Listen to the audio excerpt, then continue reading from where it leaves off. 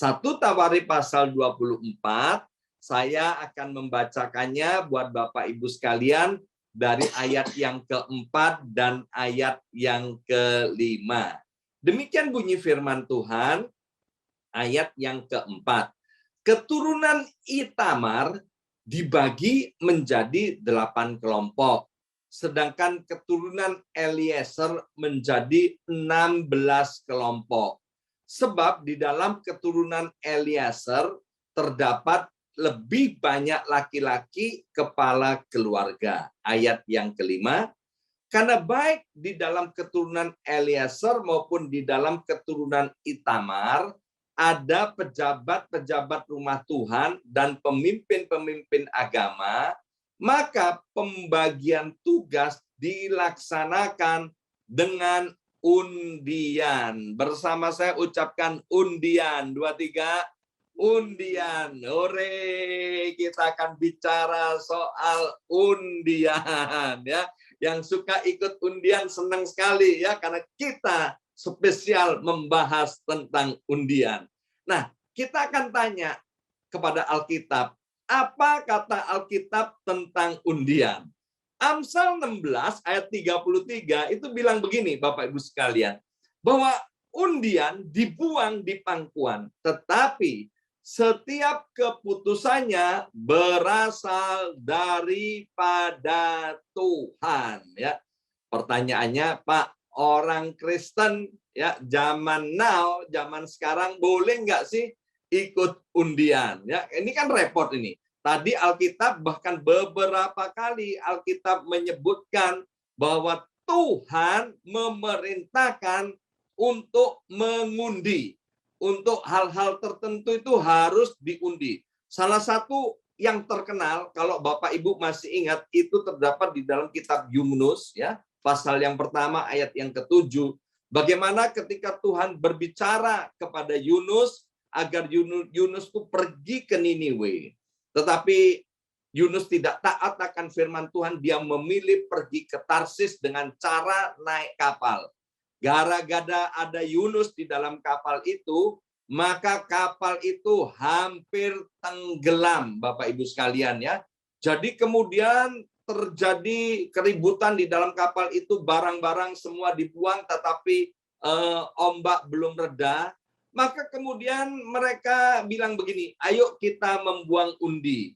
Ya, ini gara-gara siapa kapal ini kok sampai ngalami ombak besar dan kita semua hampir mati. Karena biasanya kalau kita berlayar ke Tarsis, itu biasanya aman-aman saja. Ini pasti ada orang yang nggak benar di kapal ini. Kemudian dilakukan pembuangan undian. Dan ternyata kedapatan bahwa yang dapat undi itu adalah Yunus. Kan kemudian ditanya, hei Yunus, kamu itu, hei kamu manusia, hei kamu pria, kamu siapa? Ya kan? Kenapa? Kamu siapa? Dari mana? Mau kemana? Kok bisa kapal ini ngalami goncangan seperti ini? Dan Yunus bilang, ya saya adalah Yunus. Saya ini disuruh Tuhan pergi ke Niniwe, tapi saya membangkang. Saya ini pergi ke Tarsis. Memang kapal ini ngalami masalah gara-gara saya. Silahkan sekarang buang saya ke dalam lautan. Maka diangkatlah Yunus dan dibuang ke dalam lautan. Dan kemudian gelombang laut yang membahayakan itu reda. Ya. Kemudian kisah yang kedua terdapat di dalam Alkitab Perjanjian Baru. Di dalam Alkitab Perjanjian Baru kita tahu bahwa Yudas Iskariot, bendaharanya Tuhan Yesus, itu kan korupsi, ya. Dia korupsi dan kemudian dia menjual Yesus. Akhirnya Yudas Iskariot mati dengan cara bunuh diri. Maka murid-murid Yesus yang semestinya 12 orang itu tinggal 11 orang. Maka murid-murid yang lain itu rapat, ya kita harus cari siapa pengganti daripada Yudas Iskariot. Nah, yang menarik begini, mereka berdoa terlebih dahulu kepada Tuhan. Tuhan, tolong tanya Tuhan, siapa ini pengganti Yudas Iskariot yang tepat ini? Dan kemudian setelah berdoa ya mereka udah pasang kriteria, orangnya harus begini, begitu, syaratnya harus begini, begitu. Dan kemudian muncul dua nama, yaitu yang pertama Barsabas, yang kedua bernama Matias. Wah, mereka bingung sekarang. Ini ada dua calon nih, calon bendahara ya. Ini kira-kira siapa yang harus menjadi bendahara? Dan kemudian mereka membuang undi ya. Waktu dibuang undian, maka kemudian jatuhlah undian itu kepada Matias. Maka Matias diangkat menjadi bendahara menggantikan Yudas Iskariot.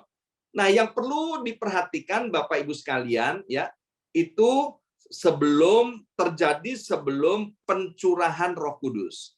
Setelah pencurahan Roh Kudus, maka tidak ada lagi yang namanya undian-undian. Sekali lagi, setelah kenaikan Tuhan Yesus ke sorga, kemudian Roh Kudus dicurahkan, maka tidak ada undian-undian lagi. Mengapa?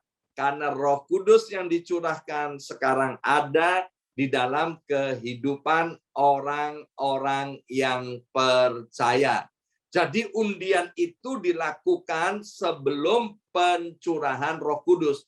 Jadi Bapak Ibu sekalian, sekarang ini kalau kita berjalan ya, memutuskan segala sesuatu, bertindak segala sesuatu, please jangan sesat ya. Jangan pakai undian dan jangan pernah beli undian ya. Karena Alkitab tidak mengajarkan itu. Pada zaman itu undian-undian itu dipakai untuk menentukan kebanyakan tugas-tugas di dalam pelayanan ya. Untuk hal-hal itu dipakai Saudara. Tetapi mereka di dalam memakai undian mereka berdoa minta petunjuk kepada Tuhan. Jadi ayat ini jangan disalahartikan, nanti Bapak Ibu sekalian pergi ke deli-deli, beli lotre, ya, kemudian berdoa, Tuhan, ini aku mau membeli undian, pilihkan Tuhan, yang ini atau yang ono, ya kan, yang nomor berapa Tuhan? Enggak, saudara, jangan sesat, ya. Nah, maksud ayat ini, Bapak Ibu sekalian, ini mau menegaskan dan menjelaskan kepada kita bahwa Tuhan itu adalah Allah yang berdaulat. Bersama saya ucapkan Allah yang berdaulat. 2, 3, Allah yang berdaulat. Apa artinya Allah yang berdaulat? Tuhan itu mengatur segala masa. Seperti pujian yang pertama tadi, apapun yang terjadi di dalam hidupku. Ya, masih ingat yang pertama tadi. Kemudian ya, pujian yang kedua, Tuhan selalu menolongku.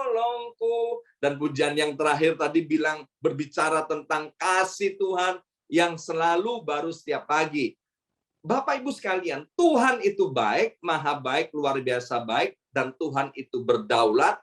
Tetapi ada bagian kita yang harus kita kerjakan, ada bagian Tuhan yang Tuhan mengerjakan. Kita tidak boleh mencampuri bagiannya Tuhan, dan Tuhan tidak akan pernah mencampuri urusan di mana itu bagian yang harus kita kerjakan. Contoh, ayat yang terkenal, Amsal pasal 4 ayat 23. Ini ayat kesukaannya Bapak Denny Quick ini, ya kan?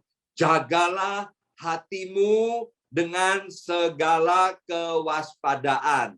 Jelas-jelas ayat itu berbicara kita ini manusia yang disuruh jaga hati kita. Ya, ada beberapa lagu Kristen yang kelihatannya rohani bilang begini, Tuhan, tolong jaga hatiku supaya hatiku ini tetap benar di hadapan-Mu. Oh enggak, saudara.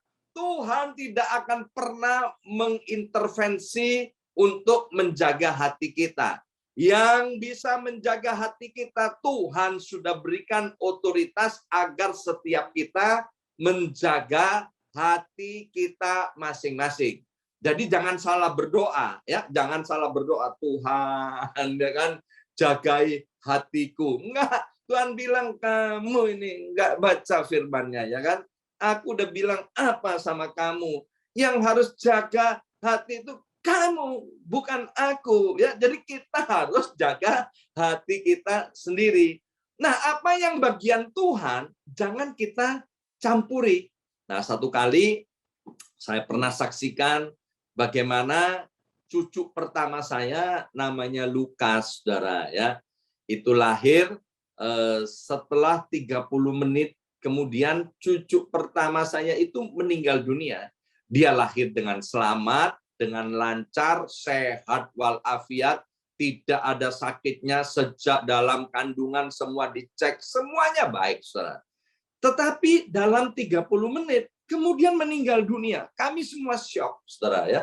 Termasuk saya, istri saya, juga Keisha yang ada di New York, dan anak saya dan keluarga besar lah, semua syok banget, saudara, dengan peristiwa ini ya.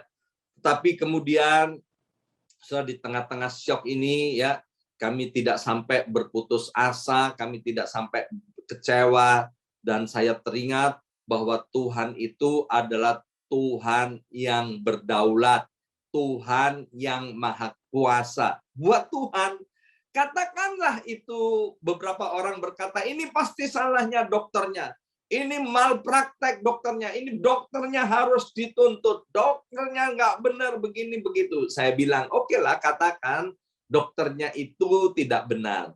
Tapi apakah Tuhan tidak bisa untuk membuat anak ini tetap hidup? Kan bisa. Kita udah lihat bagaimana di Alkitab ada seorang yang bernama Lazarus. 4 hari sudah mati, Bapak Ibu sekalian ya. 4 hari mati, jangankan 4 hari. Hari ini kalau orang kena COVID-19, saudara, dan kemudian sampai kemudian paru-parunya, saturasinya itu begitu rendah, oksigen tidak bisa masuk ke kepala, saudara, maka semua jaringan di otak ini akan rusak. Kalau orang itu masih hidup, maka orang itu nggak bisa ngapa-ngapain, tidak mungkin tertolong lagi. Bayangkan Lazarus 4 hari mati, bukan lagi kekurangan oksigen, saudara. 4 hari oksigennya nggak masuk, badannya udah busuk, saudara. Tetapi apa? Tuhan yang berdaulat, Tuhan yang maha kuasa itu sanggup memberikan kehidupan kepada Lazarus, saudara. Itu namanya Tuhan yang berdaulat. Sementara Tuhan itu adalah Allah yang berdaulat, ada bagian kita yang harus kita kerjakan. Buat kita yang sedang bekerja sebagai karyawan, karyawati, sebagai pengusaha, kaum profesional, jangan kemudian kita sok rohani, kita bilang, Tuhan, bukankah Engkau Tuhan yang berdaulat ya? Aku nggak kerja biar duitnya datang sendiri. Bukankah seperti pujian tadi, kasih Tuhan itu begitu baik, kasih Tuhan selalu baru, Tuhan selalu menolong aku. Terus orangnya nggak kerja, oh diginiin sama Tuhan. Kamu nggak ngerti ya kan? Kamu harus kerja. Kalau kamu nggak kerja, kamu jangan makan. Jadi ada bagian kita. Bagian kita bekerja dengan rajin, masuk kerja jangan on and off, jangan sering-sering terlambat, Bapak Ibu sekalian. Kalau terlambat itu namanya apa? Tidak konsisten dan tidak punya komitmen. Saya udah sampaikan, orang yang komitmen dan konsisten di dalam Tuhan akan berbahagia dan berhasil. Ada bagian kita sebagai orang yang bekerja, yaitu bekerja dengan sebaik mungkin, memberikan yang terbaik, seolah-olah yang kita kerjakan itu untuk Tuhan, bukan untuk manusia. Nah, Tuhan yang akan mengerjakan bagiannya Tuhan. Bagian Tuhan itu apa? Yang tidak bisa kita kerjakan. Tuhan yang mengirimkan berkat-berkat untuk kita. Amin. Alkitab bilang bahwa hati manusia itu ada di dalam tangan Tuhan seperti batang air. Dialirkan kemana Tuhan mau. Tuhan bisa gerakkan orang-orang untuk memberkati pekerjaan kita. Maka itu kepada beberapa orang saya selalu bilang begini, ya kan? Pokoknya kamu harus kerjakan bagian kamu. You are not the best, but you can do your best. Kamu bisa memberikan yang terbaik apa yang kamu miliki. Perkara orang memberi kamu upah itu sedikit, jangan pernah pikirin. Nanti seperti yang ditulis Kolose pasal 3 ayat 23 dan 24, Tuhan yang akan memberi upahnya dengan tepat. Manusia tidak bisa memberi upah kita sesuai yang kita harapkan. Jangan dipikirin. Kerjakan dengan sungguh-sungguh. nanti Tuhan dengan cara Tuhan yang ajaib itu akan menggenapi upahnya. Tuhan tidak pernah berhutang kepada kita. Kalau Tuhan berfirman, maka Tuhan itu yang akan menggenapinya. Kembali tentang undian itu. Jadi Bapak Ibu sekalian, jadi setelah Roh Kudus dicurahkan, kita itu punya Roh Kudus. Jadi untuk memutuskan ini dari Tuhan atau bukan dari Tuhan, yang pertama, kita lihat bagaimana kata firman-Nya. Misalnya kita kepingin beli rumah misalnya. Kita tanya sama firman Tuhan, beli rumah boleh enggak ya? Oh, ternyata Alkitab tidak pernah melarang kita membeli rumah ya. Jadi kita mulai cari rumah. Sekarang udah banyak nih rumah yang mau kita lihat. Lah rumah yang mana yang cocok untuk kita? Alkitab bilang, di mana ada kebenaran, di situ ada damai sejahtera. Wah, kita udah lihat nih banyak rumah. Jangan pakai undian, Tuhan. Ini rumah yang nomor ini, atau rumah yang ini, atau rumah yang lokasi mana. Jangan. Kita lihat, begitu ada damai sejahtera, maka di situ ada kebenaran. Jadi yang pertama firman-Nya seperti apa, yang kedua ada damai sejahtera atau tidak. Dan yang ketiga, yang harus dilihat adalah situasi dan kondisinya ya. Kalau kita sudah damai sejahtera, situasinya kondisinya gini, uangnya ada nggak untuk beli rumah itu ya kan? Oh, belum ada. Ya berarti masih belum waktunya untuk beli rumah. Ya berdoalah lagi supaya nanti berkat-berkat itu dicurahkan. Jadi jangan asal buang undian. Jadi undian itu hanya terjadi sebelum zaman pencurahan Roh Kudus. Mari Bapak Ibu sekalian, melalui pesan Tuhan hari ini, kita mengerti bahwa Tuhan itu adalah Allah yang berdaulat. Dan Allah yang berdaulat itu sudah mencurahkan Roh Kudus-Nya 2000 tahun yang lalu untuk menolong hidup kita agar kita berjalan di jalan kebenaran dan kita tidak salah di dalam berjalan, dan kita juga tidak salah di dalam memilih dan memutuskan segala sesuatunya. Saya percaya Roh Kudus itu adalah pribadi Allah yang setia, yang akan menyertai kita untuk selama-lamanya. Maka itu andalkan Allah yang berdaulat, yaitu Tuhan Yesus melalui kuasa Roh Kudus-Nya. Amin. Mari kita berdoa. Materaikan setiap benih kebenaran firman Tuhan, ya Abba, ya Bapa.